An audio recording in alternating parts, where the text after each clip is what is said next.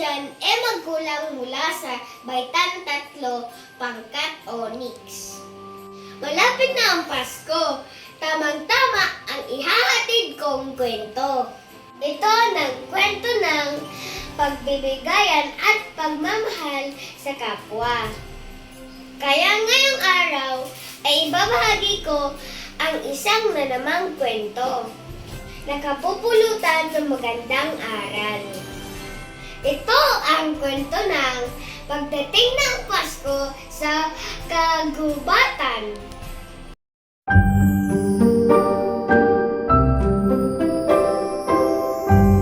Noon na ng taglamig at nababalutan na ang makakapal na niyebe, ang mga puno, lupa at buong paligid.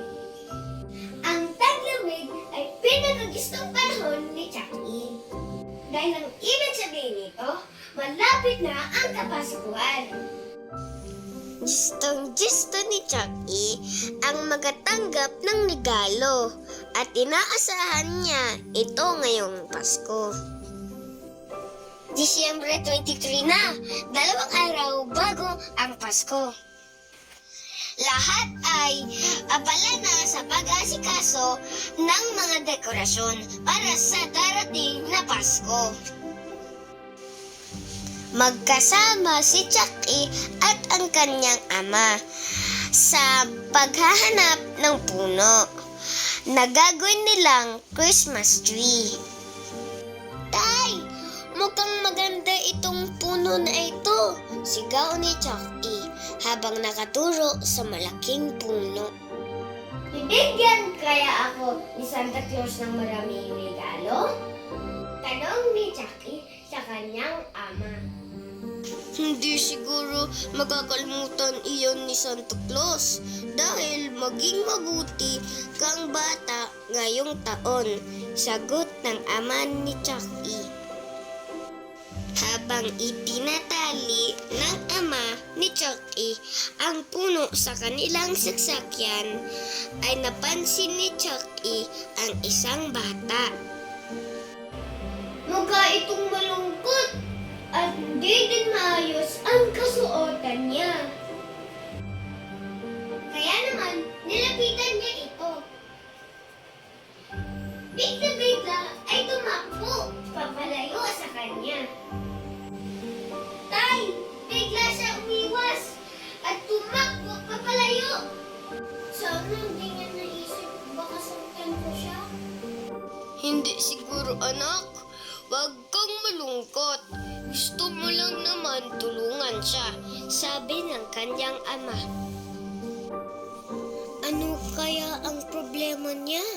Malungkot na tanong ni Chucky sa sarili niya. Alam ko ang nararamdaman mo, anak. Hindi lahat ng tao ay nasa maayos na kalagayan. Kaya dapat maging masaya at mapagpasalamat sa lahat ng bagay na mayroon tayo. Wika pa ng kanyang ama. Hindi kaya malungkot siya dahil baka wala silang Christmas tree? O kaya mga regalo, dagdag pa ni Chucky. Maaaring tama ka, anak. Para sa ilang mga tao, ay ang Pasko ay hindi nagdadala ng anumang regalo. Wika ng kanyang ama. Walang regalo o kahit na anong ngayong Pasko, malungkot na saad ni Chucky. Siguro maganda kung may mabibigay tayo sa kanya. Isa yung magandang idea. Maaari natin silang imbitahan ng kanyang pamilya upang magdiwang ng Pasko sa atin. Dagdag pa ng kanyang ama. Masayang umuwi si Chucky at ang kanyang ama dahil sa napag-usapan nila. Habang nasa loob na ng kanyang silid si Chucky, naisip niya na bumalik sa kagubatan. Nagbabaka sakali, nagmakita niyang muli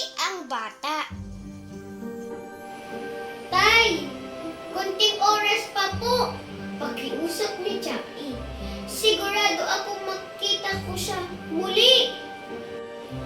Ngumiti ang kanyang ama at sumang-ayon sa nais niya. Hanggang sa nakita niyang muli ang bata. Nang lalapitan sana nila ito, ay bigla siyang lumayo at tumakbo. Hindi na naman natin siya nalapitan at nakausap. Malungkot na saad ni Chucky. Huwag kang mag-alala, sabi ng kanyang ama. Maaaring kilala siya ng may-ari ng lupa na ito. At tama nga ang kanyang ama, kilala ng may-ari ng lupa sa kagubatan ang batang tinutukoy ni Chucky. Nakatira lamang ito malapit doon. Ibinigay nito ang detalye ng bahay ng bata kung saan nila ito matatagpuan.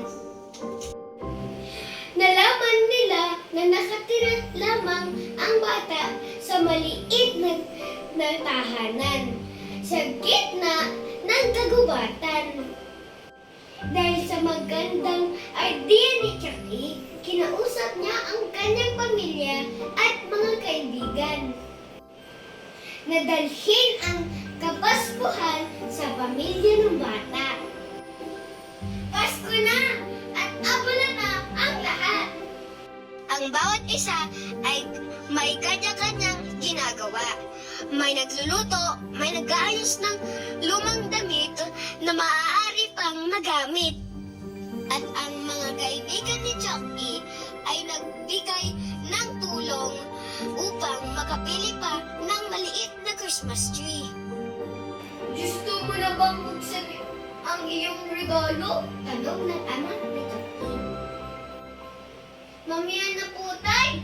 Mahalaga na makapunta muna tayo sa pamilya ng bata. Masayang sagot ni Chucky. Kaya naman naghanda na sila, dala ang mga regalo, Christmas tree at maging ang mga kagamitan upang ayusin ang bahay ng bata.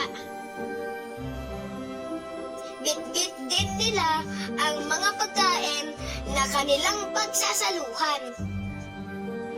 Nakarating na nga sila sa kanilang pupuntahan. Ibinaba na nila ang kanilang mga dala at nagtipon-tipon sa harap ng bahay. Sa halip na kumatok, ay kumanta sila ng kantang pamasko.